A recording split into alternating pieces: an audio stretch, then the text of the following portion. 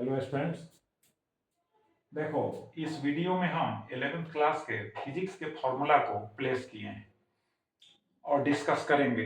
देखो, सबसे पहले फ्यूसी से स्टार्ट किए हैं। तो फ्यूसिस का मीनिंग होता है नेचर, और नेचर का ही साइंस फिजिक्स हुआ।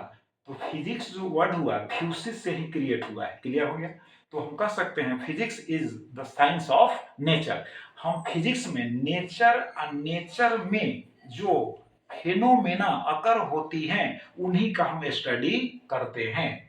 अब जैसे देखो, अगर हम इसको लीव कर देते हैं, छोड़ देते हैं, तो नीचे की ओर आएगा यार। तो इसका मतलब है कि अर्थ जो है इसको पुल कर रही है नीचे की ओर, अपनी सेंटर की ओर। तो जिस फोर्स से इसको पुल कर रही है, खींच रही है, उस फोर्स को हम फोर्स ऑफ ग्रेविटी कहते हैं। तो यह भी तो नेचर का लॉ हुआ। तो इसको हम फिजिक्स में ही स्टडी करते हैं। अब देखो, डायमेंशन क्या होता है एक्चुअली, जो फंडामेंटल फिजिकल क्वांटिटीज हैं, राइट। अब उनके जो यूनिट्स हैं, आप यूनिट्स पर जो पावर्स गिवन होते हैं उन्हीं पावर्स को हम डायमेंशंस कहते हैं। डायमेंशंस को एक्सप्रेस करने के लिए जो यूनिट्स हैं उनको हम कैपिटल लेटर से इंडिकेट करते हैं। जैसे मास के लिए कैपिटल एम से, लेंथ के लिए कैपिटल एल से, एंड टाइम के लिए कैपिटल टी से। तो for example, force is equal to होता है मास इनटू एक्सेलरेशन। तो डायमेंशंस होगा एम एल टी इनवर्स 2। अब जैसे एक और एग्जांपल ले लो, velocity is equal to displacement by time होगा। तो डिस्प्लेसमेंट लेंथ के फैमिली में ही आता है। तो एल लिख देंगे, टाइम के लिए टी लिख देंगे, तो एल टी इनवर्स हो गया। अब नेक्स्ट देखो, इक्वेशंस ऑफ मोशन है। तो v is equal to U plus A T है, V square is equal to U square plus 2as है, s is equal to U T plus half A T square है, फिर s n is equal to U plus A by 2 into 2n minus 1 है। अब u समझो, u का मतलब है initial velocity, प्रारंभिक वेग, v का मतलब फाइनल वेलोसिटी, अंतिम वेग, ए का मतलब यूनिफॉर्म एक्सेलरेशन, इसका मतलब कांस्टेंट एक्सेलरेशन, टी का मतलब टाइम। एक्सेलरेशन को समझ लो again, change in velocity by change in time, यानी टाइम के साथ किसी व्हीकल के, गाड़ी के वेलोसिटी में जो चेंज होता है उसी को हम कहते हैं एक्सेलरेशन। अगर कांस्टेंट चेंज हो रहा है टाइम के साथ तो हम कहेंगे यूनिफॉर्म एक्सेलरेशन। अब लास्ट वाला जो इक्वेशन उसको समझ लो, n का वैल्यू क्या हुआ। अगर 60 सेकंड तक कोई व्हीकल मोशन में है तो लास्ट 1 सेकंड के डिस्टेंस को फाइंड आउट करने के लिए अगर क्वेश्चन में कहता है तो हम इसी फॉर्मूला का, इसी इक्वेशन का यूज करते हैं। तो n का वैल्यू कितना रखना होगा, 60। ये जो है यूनिफॉर्म एक्सेलरेशन। अगर कोई व्हीकल रेस्ट से स्टार्ट होती है तो उस केस में जो इनिशियल वेलोसिटी होगा u इज इक्वल टू 0 लेना होगा, राइट। अब चलो नेक्स्ट, वर्टिकल मोशन में अगर कोई free body, freely falling body है, अगर कोई बॉडी फ्रीली गिर रहा है, बात समझ गए, तो एक्सेलरेशन स्मॉल ए का जो वैल्यू होगा वो प्लस जी के इक्वल होगा, और जी का वैल्यू 9.8 मीटर पर सेकंड स्क्वायर होगा।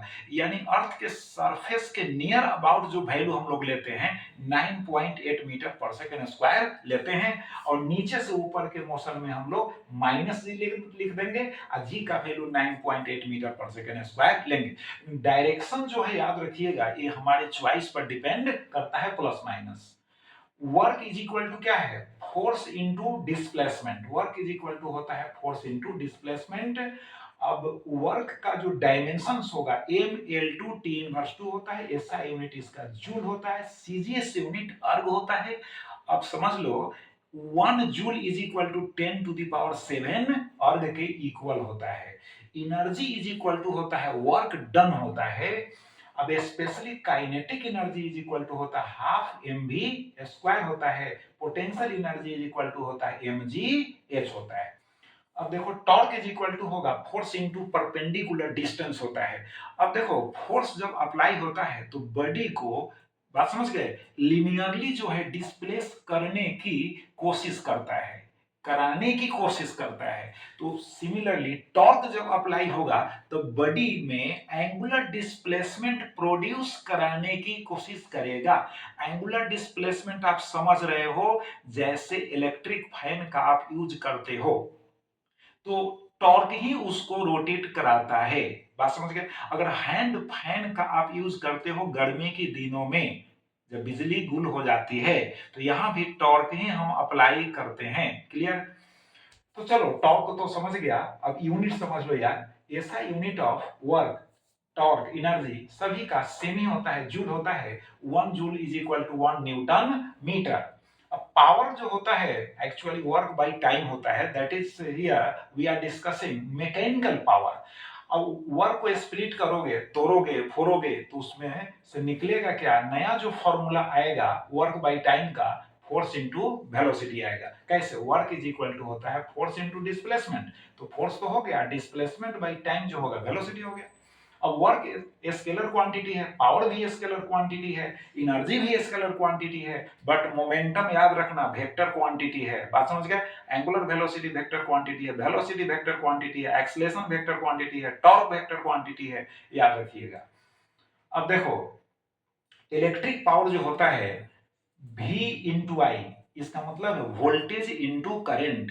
अब इसका नेक्स्ट जो फॉर्मूला है V स्क्वायर अपॉन आई, क्योंकि ओम्स लॉ जब लगाओगे यार तो I इज इक्वल टू क्या हो जाएगा, V बाई आर होगा, तो V स्क्वायर अपॉन आर हो जाएगा। अब देखो इम्पल्स इज इक्वल टू होता है फोर्स इंटू टाइम होता है, and impulse is equal to also change in momentum, that is change in linear momentum हो गया। अब एम भी माइनस एम यू लिख सकते हैं, M U initial momentum, M V final momentum हुआ। अब देखो angular velocity omega is equal to D theta by D T radian per second, angle by time. Generally आप याद रखो एंगुलर नाम है तो एंगल बाई टाइम होगा, है ना, तो रेडियन पर सेकेंड होगा इसका यूनिट। एंगुलर एक्सलेशन जो होगा D omega by D T होगा, यूनिट जो होगा रेडियन पर सेकंड स्क्वायर होगा। अब रिलेशन देखो, linear velocity and angular velocity, v is equal to R omega हो गया। Linear acceleration and angular acceleration, a is equal to R alpha हो गया, r रेडियस हो गया। अगर कोई बॉडी सर्कुलर पाथ में, है ना, घूम रहा है तो उस केस में r क्या कहलाएगा, रेडियस कहलाएगा। अब रोटेशनल मोशन में जो होगा वर्क डन का वैल्यू टॉर्क इनटू थीटा, यानी टॉर्क इनटू एंगुलर डिस्प्लेसमेंट होगा। क्या होगा, एंगुलर डिस्प्लेसमेंट होगा। जब हम फोर्स बोलते हैं तो हम कहते हैं, सॉरी, जब हम वर्क लीनियर मोशन में वर्क बोलते हैं तो फोर्स इनटू लीनियर डिस्प्लेसमेंट बोलते हैं, और जब रोटेशनल मोशन में हम वर्क बोलेंगे तो यहाँ फोर्स के प्लेस पर टॉर्क हो जाएगा, और लीनियर जो डिस्प्लेसमेंट है उसके प्लेस पर एंगुलर डिस्प्लेसमेंट होगा। बात समझ गए? अब देखो एनर्जी जो है that is kinetic energy is equal to half M V square is equal to half M square V square upon M भी लिख सकते हैं। तो एम भी इज इक्वल टू पी होता है लीनियर मोमेंटम, तो चूंकि एम स्क्वायर वी स्क्वायर है तो पी स्क्वायर लिख सकते हैं, तो half P square by M हुआ। अब इसी फॉर्मूला से P इज इक्वल टू कितना होगा, रूट ओवर 2 m e हो जाएगा। अब देखो एम ओ आई मतलब मोमेंट ऑफ इनर्शिया, किसी पार्टिकल का मोमेंट ऑफ इनर्शिया एक स्वभाव है, एक प्रॉपर्टी है, रोटेट होने की कोशिश वो कर सकता है, तो इसी प्रॉपर्टी को हम कहते हैं मोमेंट ऑफ इनर्शिया। जो रोटेट कराने की कोशिश करेगा वह क्या होगा, टॉर्क होगा। देखो रोटेट कराने वाला टॉर्क है और रोटेट करने की जो प्रवृत्ति है वह क्या हो गया, मोमेंट ऑफ इनर्शिया। अब मोमेंट ऑफ इनर्शिया जो हुआ एक्चुअली एम आर स्क्वायर होता है, एम मास हो गया, आर जो हुआ एक्सिस ऑफ रोटेशन से उसका डिस्टेंस हो गया। अब बहुत सारे पार्टिकल से मिलकर कोई रिजिड बॉडी बना हुआ है, रिजिड बॉडी कोई बहुत सारे पार्टिकल से मिलकर बना है, तो उस केस में हम इस तरह से फॉर्मूला को पुट कर सकते हैं, sigma M I R I square, I is equal to 1 to n हो गया। अब यूनिट क्या होगा यार, यूनिट मास का केजी होता है, डिस्टेंस का मीटर होता है, तो यहाँ केजी मीटर स्क्वायर हो जाएगा यूनिट। अब टॉर्क, यहाँ पर एंगुलर जो एक्सलेशन है उसमें रिलेशन है I, sorry, torque is equal to I alpha, तो अल्फा हो गया एंगुलर एक्सलेशन, आई हो गया मोमेंट ऑफ इनर्शिया, यहाँ जो टॉर्क लिखा हुआ है सो तो देख ही रहे हो यार, तो टॉर्क इज इक्वल टू हो गया आई अल्फा, और torque is equal to also, याद रखना है, torque is equal to also force into क्या होगा, फोर्स इनटू परपेंडिकुलर डिस्टेंस, वह भी याद रखना है, यह भी याद रखना है। अब देखो angular momentum is equal to I omega. Omega क्या है? एंगुलर वेलोसिटी है। आई क्या है? मोमेंट ऑफ इनर्शिया है। तो angular momentum is equal to I omega भी रिलेशन याद रखना है। रोटेशनल मोशन में kinetic energy is equal to half I omega square होगा और लीनियर मोशन में हाफ एम वी स्क्वायर होगा। अब देखो स्ट्रेस बाय स्ट्रेन को इलास्टिक कांस्टेंट कहते हैं। स्ट्रेस क्या होता है? फोर्स अपॉन एरिया होता है। फोर्स अपॉन एरिया होता है। जैसे किसी रबर के टुकड़े को हम खींचते हैं, बात समझ गए? तो खींचते हैं तो खींचा तो जाता है और फिर छोड़ देते हैं। हम अपनी फोर्स को रिमूव कर लेते हैं तो उसको ओरिजिनल पोजीशन में ले जाने वाला फोर्स क्रिएट होता है। तो वह फोर्स जो होता है मेरे ही फोर्स के इक्वल होता है, बट डायरेक्शन क्या होता है? अपोजिट। तो उसको हम इंटरनल फोर्स कहते हैं। तो internal force upon area stress कहलाता है। स्ट्रेन का कोई यूनिट नहीं होता है, but stress is equal to force upon area है, इसलिए इसका यूनिट होगा न्यूटन बाय मीटर स्क्वायर और पास्कल होगा।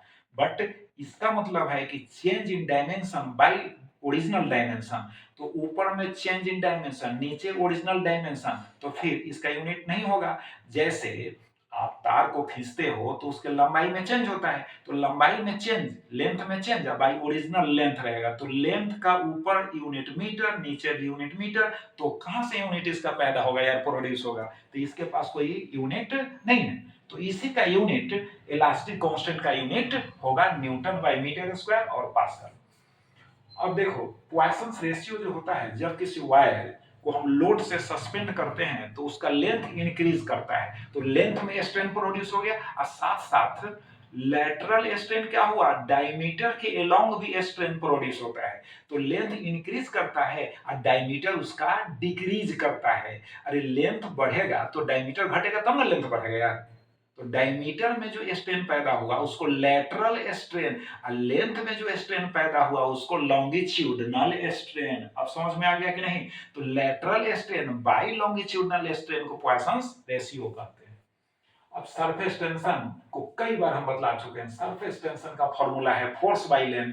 फिर इसका डिफिनेशन बतला रहे हैं, कई एक वीडियोज में हम बतला चुके हैं। सरफेस टेंशन लिक्विड का प्रॉपर्टी है यार। अब ये प्रॉपर्टी कैसा है? तो लिक्विड अपने फ्री सरफेस के एरिया को मिनिमम रखने के लिए कॉन्ट्रैक्ट होने की कोशिश करता है। अब कहिए कॉन्ट्रैक्ट होने की क्यों कोशिश करता है? तो हमने यह प्रॉपर्टी उसमें फिल थोड़े कर दिया है, ये तो नेचर के द्वारा प्रॉपर्टी उसको प्राप्त हुआ है। बात समझ में आ रही है? तो इस प्रॉपर्टी को हम कहते हैं सरफेस टेंशन। अब surface tension is equal to force by length होता है, यूनिट न्यूटन बाई मीटर और CGS unit dyne per centimetre. बात समझ गए? अब चलो अब बतलाते हैं तुमको work done in blowing a drop. अगर कोई लिक्विड ड्रॉप है उसको ब्लोइंग, ब्लोइंग का मतलब उसको फूंकना होता है यार। जब फूंकेंगे है ना तो उसका साइज क्या होगा? बड़ा होगा, तो वर्क डन तो होगा यार। तो वर्क डन जब होगा तो वर्क इज इक्वल टू कितना होगा? 4 pi R square into surface tension. उसका जो एरिया होगा सरफेस एरिया ड्रॉप का 4 पाई आर स्क्वायर होगा और सरफेस टेंशन से हम मल्टीप्लाई कर देंगे तो work done in blowing a drop निकल जाएगा। बट याद रखना है, अगर सोप बबल को ब्लोइंग में वर्क डन अगर फॉर्मूला यूज करना है तो 2 से मल्टीप्लाई कर देना तुम। जब भी हम सोप बबल की चर्चा करते हैं, जब हम सोप बबल को डिस्कशन में लाते हैं तो याद रखना है सोप बबल के पास 2 फ्री सरफेसेस होते हैं, इनसाइड भी एयर आउटसाइड भी एयर। बात समझ में आ रही है? इसीलिए 2 से मल्टीप्लाई हमको करना पड़ता है। वर्क डन इन स्प्लिटिंग ए ड्रॉप, फिर आ गया वर्क डन इन स्प्लिटिंग ए ड्रॉप, यानी किसी लिक्विड ड्रॉप को स्प्लिट करते हैं, स्मॉलर ड्रॉपलेट्स में उसको बांटते हैं, ठीक? तो वर्क डन तो होगा। अब वर्क डन होगा तो change in surface area into surface tension, change in surface area into surface tension, यही वर्क डन होगा। तो कहोगे सर हम किस में से किसको घटाएं? यार तुम 10th क्लास में पढ़ा होगा मेंसुरेशन में, स्पेशली मैथमेटिक्स के मेंसुरेशन में यार, फिजिक्स के मेंसुरेशन में नहीं। तो समझो, यानी जब एक स्फीयर है, सॉलिड स्फीयर है, मेटल का बना हुआ है, उसको मेल्ट करा देते हैं, स्मॉलर स्फीयर्स में उसको क्या करते हैं? रिकास्ट किया जाता है। तो उसमें टोटल जो स्मॉलर स्फीयर्स हुए उनका वॉल्यूम जो होगा इस अकेले स्फीयर के बराबर होगा। तो अकेले स्फीयर तो 4/3 पाई कैपिटल आर क्यू लिख दो। छोटका जो स्फीयर्स है उसके एक स्फीयर का, क्योंकि सेम साइज में सेम रेडियस में स्फीयर्स बनाए गए, जितने भी स्फीयर छोटे वाले बनाएंगे सभी का रेडियस सेम है, तो वहां पर एक स्फीयर का वॉल्यूम लिख दो 4/3 पाई स्मॉल आर क्यूब। जितने स्फीयर्स बनाए गए उनकी संख्या से, उनके नंबर से मल्टीप्लाई कर दो, तो फिर बोल रहे हैं 4/3 pi capital R cube is equal to N into 4/3 pi small R cube. अब यहाँ पर सॉल्यूशन तुमको मिलेगा capital R cube is equal to n into a small r cube, therefore capital R is equal to n to the power 1/3 हो जाएगा cube root into small R हो जाएगा। तो स्मॉल आर कैपिटल आर में relation हो गया कि नहीं, तो जहां हमको कैपिटल आर का यूज करना पड़ेगा वहां कैपिटल आर का वैल्यू यूज करेंगे, जहां स्मॉल आर का यूज करना पड़ेगा वहां स्मॉल आर का वैल्यू यूज करेंगे। क्लियर? अब देखो, तो अब एक बात और समझना है, जितने भी स्मॉल स्फीयर्स बनाए गए हैं, यहाँ पर तो ड्रॉप ड्रॉप का डिस्कशन न करना है यार, तो जितने भी स्मॉल ड्रॉप्स बनाए गए उन सभी का सरफेस एरिया अब बड़े वाले से क्या होगा, ज्यादा होगा। और बात समझ गए? तो बड़े वाले से जब ज्यादा होगा तो छोटे वाले जितने भी है ना, उनका सरफेस एरिया जो होगा उनमें से हम घटा देंगे बड़े वाले को, तो चेंज इन सरफेस एरिया निकल जाएगा और सरफेस टेंशन से मल्टीप्लाई कर देंगे तो वर्क डन निकल जाएगा। क्लियर हो गया कि नहीं? तो वही लिखा हुआ है यहाँ देख लो 4 pi r² into N minus 4 pi capital R square into surface tension. Next देखो, excess pressure inside a liquid drop, कोई लिक्विड ड्रॉप है तो उसके इनसाइड में एक्सेस प्रेशर होता है 2T/R होता है। एयर बबल के केस में भी 2T/R होता है, बट सोप बबल कहेगा साबुन के घोल का बुलबुला, यानी उसको इंग्लिश में सोप बबल कहते हैं, तो उसके इनसाइड में 4T/R होगा। बार बार कहते हैं कि उसके पास फ्री सरफेसेस होता है, 2 फ्री सरफेसेस होते हैं, तो 2 फ्री सरफेसेस का मतलब बाहर भी एयर इनसाइड भी एयर। बात समझ गए? बाहर भी एयर इनसाइड भी एयर। बात समझ रहे हैं कि नहीं? अरे कमरे के तुम्हारे बाहर भी एयर इनसाइड भी एयर होता है। बात समझ गए? तो चलो यार, तो अब नेक्स्ट देखो, विस्कस फोर्स क्या होता है। नया नया यहाँ पर फॉर्मूला जनरेट हो रहा है, विस्कस फोर्स। तो विस्कस फोर्स क्या होता है, तो समझा रहे हैं विस्कस फोर्स को, समझो। पहले आर्किमिडीज प्रिंसिपल याद समझ लो। आर्किमिडीज प्रिंसिपल क्या कहता है कि जब किसी सॉलिड को किसी लिक्विड में हम इमर्ज कराते हैं यानी डुबाते हैं, बात समझ गए, तो लाइटर हो जाता है, वो लाइटर महसूस होता है। यानी जब वह लिक्विड में इमर्ज होता है तो लिक्विड के इनसाइड में लाइटर महसूस होता है, लाइटर फील होता है, हल्का फील होता है। कारण क्या है कि वह अपनी वॉल्यूम के इक्वल लिक्विड को डिस्प्लेस करता है। तो वॉल्यूम के बराबर लिक्विड को डिस्प्लेस करेगा तो नीचे से एक फोर्स क्रिएट होता है जिसका नाम है, क्या नाम है, बायोंट फोर्स। समझ गए? बायोंट फोर्स हिंदी में उत्प्लावन बल कहते हैं। उस बल का जो मान होता है डिस्प्लेस्ड वेट के बराबर होता है। तो डिस्प्लेस्ड वेट, अरे कोई भी वेट होगा यार, किसी का भी वेट होगा, तुम्हारा भी वेट होगा, मेरा भी वेट होगा, तो उसका फॉर्मूला पढ़ा है ना कि भूल गया? mg होता है यार, है ना, mg होता है। तो मास कैसे हम कैलकुलेट करेंगे, तो देखो density is equal to mass by volume, कई बार बता चुके हैं, density is equal to mass by volume. तो मास इज इक्वल टू क्या होगा, डेंसिटी इनटू वॉल्यूम।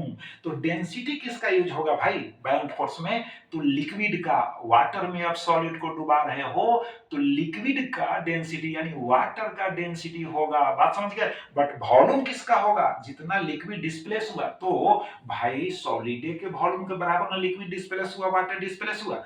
तो सपोज करो कि स्फेरिकल अगर बॉडी है तो इसका जो वॉल्यूम होगा 4/3 पाई r³ होगा कि नहीं, और डेंसिटी जो होगा वाटर का यूज कर देंगे। बात समझ गए? जी से गुना कर देंगे तो जो बायोंट फोर्स है नीचे से जो काम कर रहा है उसका वैल्यू निकल जाएगा। क्लियर हो गया? अब विस्कस फोर्स समझो।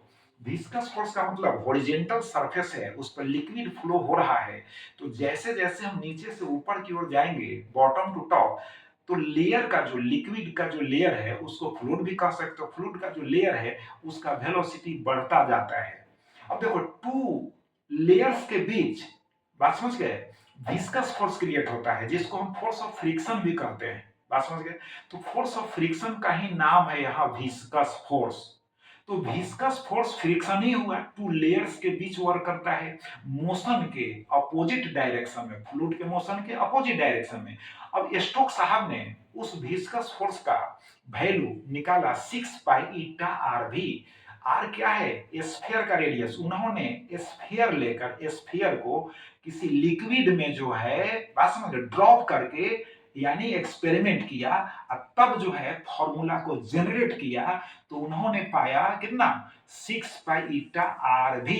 तो ईटा जो है कोफिशिएंट ऑफ विस्कोसिटी है, अभी हम बतलाने वाले हैं। आर हो गया रेडियस हो गया स्फीयर का, अभी टर्मिनल वेलोसिटी यह भी बतलाएंगे हम। तो सबसे पहले विस्कस फोर्स तो समझ गया कि लिक्विड के फ्लो में टू लेयर्स के बीच में जो फ्रिक्शन वर्क करता है मोशन के अपोजिट में उसको विस्कस फोर्स कहते हैं, इतना तो समझ गए। अब आइए टर्मिनल वेलोसिटी पहले बताएंगे। नहीं, पहले कोफिशिएंट ऑफ विस्कोसिटी यार समझो। तो कोफिशिएंट ऑफ विस्कोसिटी समझने के लिए जो विस्कस फोर्स का जो है ना स्टार्टिंग फॉर्मूला कहो, ओरिजिनल फॉर्मूला कहो, वो है F is equal to minus eta A DV by D x.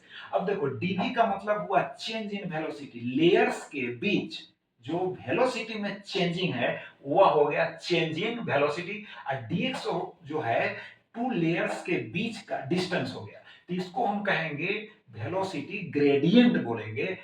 और ये जो है सरफेस एरिया यानी लेयर का जो एरिया है सरफेस का वही ये है एक्चुअली।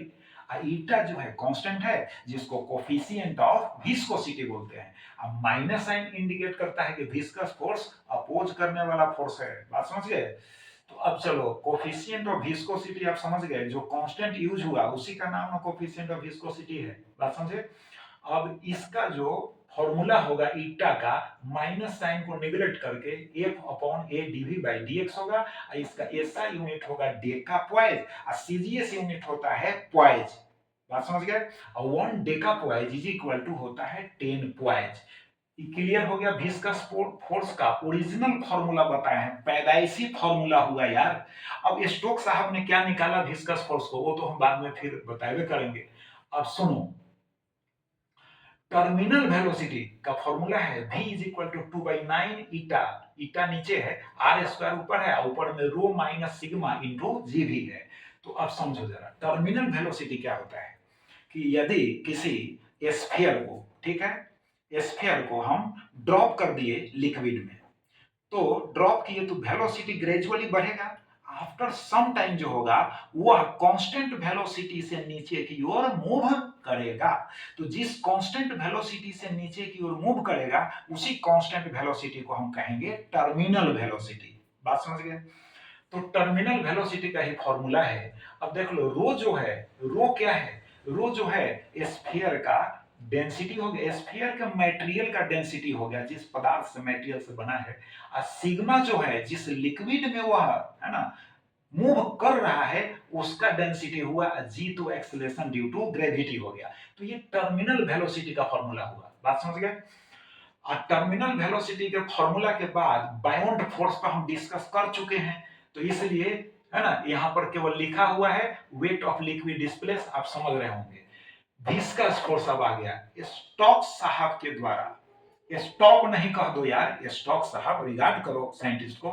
तो स्टॉक साहब के द्वारा जो फॉर्मूला प्राप्त हुआ विस्कस फोर्स का 6 पाई ईटा आर भी, 6 पाई कांस्टेंट है, eta coefficient of viscosity, R sphere का रेडियस है, और भी जो है क्या है टर्मिनल वेलोसिटी है। क्लियर हो गया। अब आपका विस्कस फोर्स भी क्लियर हो गया, बाउंड फोर्स भी क्लियर हो गया, टर्मिनल वेलोसिटी भी क्लियर हो गया। अब चलो भाई, अब आगे बढ़ते हैं एटीएम। तो एटीएम पैसा का लेन देन वाला एटीएम मत समझो, एटीएम का मतलब हुआ एटमॉस्फेरिक प्रेशर। अब समझ लो कि फ्लूइड का प्रेशर, ऐसे जनरल प्रेशर का फॉर्मूला क्या है। अगर सॉलिड की प्रेशर की बात करते हैं तो फोर्स अपॉन होता है एरिया, फोर्स अपॉन क्या होता है एरिया, बात समझ गए। आईएसआई यूनिट पास्कल होता है। लेकिन हम फ्लूइड के द्वारा जो प्रेशर अप्लाई होता है तो उस प्रेशर को अगर डिस्कशन में लाते हैं तो हम यूज करते हैं, क्या यूज करते हैं रोजी एच या एच रोजी। एच क्या हुआ, देखो प्रेशर को मेजर करने के लिए हम बैरोमीटर का इस्तेमाल करते हैं, राइट। तो बैरोमीटर में एच जी यानी मरकरी है ना फील्ड होता है।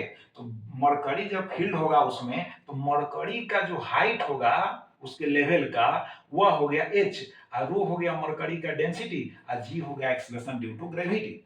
तो आप समझो एटमॉस्फेरिक प्रेशर, जिसको स्टैंडर्ड प्रेशर यहां लिखा गया है 180 m, तो समुद्र के तल पर जो प्रेशर मेजर होता है ना, बैरोमीटर को प्लेस करके, उसको 1 एटमॉस्फेरिक प्रेशर कहा जाता है। वह स्टैंडर्ड प्रेशर हुआ।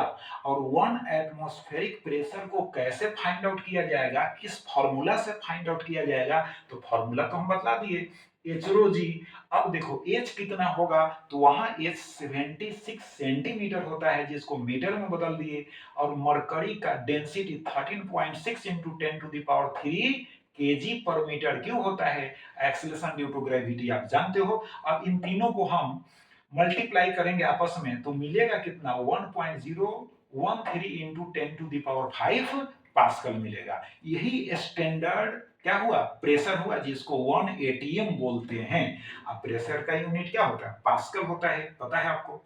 अब देखो इसके बाद है वेलोसिटी ऑफ इफ्लक्स। समझो कोई वेसल है, और वेसल में सपोज करो यहां तक पानी भरा हुआ है, और बॉटम के नजदीक से होल कर देंगे, तो होल होल जो है ऊपर से नीचे, यानी एच डेप्थ एच डेप्थ पर होल अगर है, तो इस होल से निकलने वाला जो लिक्विड है, जो वाटर है, उसका जो वेलोसिटी होगा, उसी वेलोसिटी को हम कहेंगे वेलोसिटी ऑफ इफ्लक्स। और उसका जो फॉर्मूला होगा √/2gh।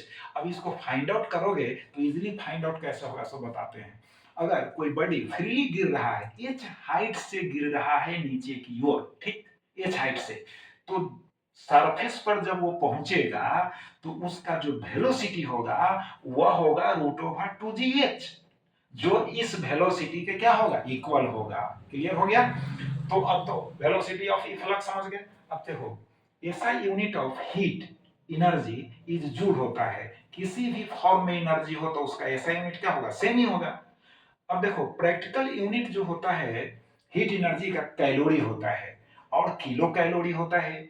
अब देखो न्यूट्रिशनल वैल्यू एनर्जी का, यानी जो एनर्जी फूड कंटेंट, यानी फूड कंटेंट में होता है, फूड मटेरियल में जो एनर्जी कंटेंट होता है, उसका जो न्यूट्रिशनल वैल्यू हम लोग फाइंड आउट करते हैं, एक्सप्रेस करते हैं, उसको किलो कैलोरी में एक्सप्रेस करते हैं। बात समझ गए।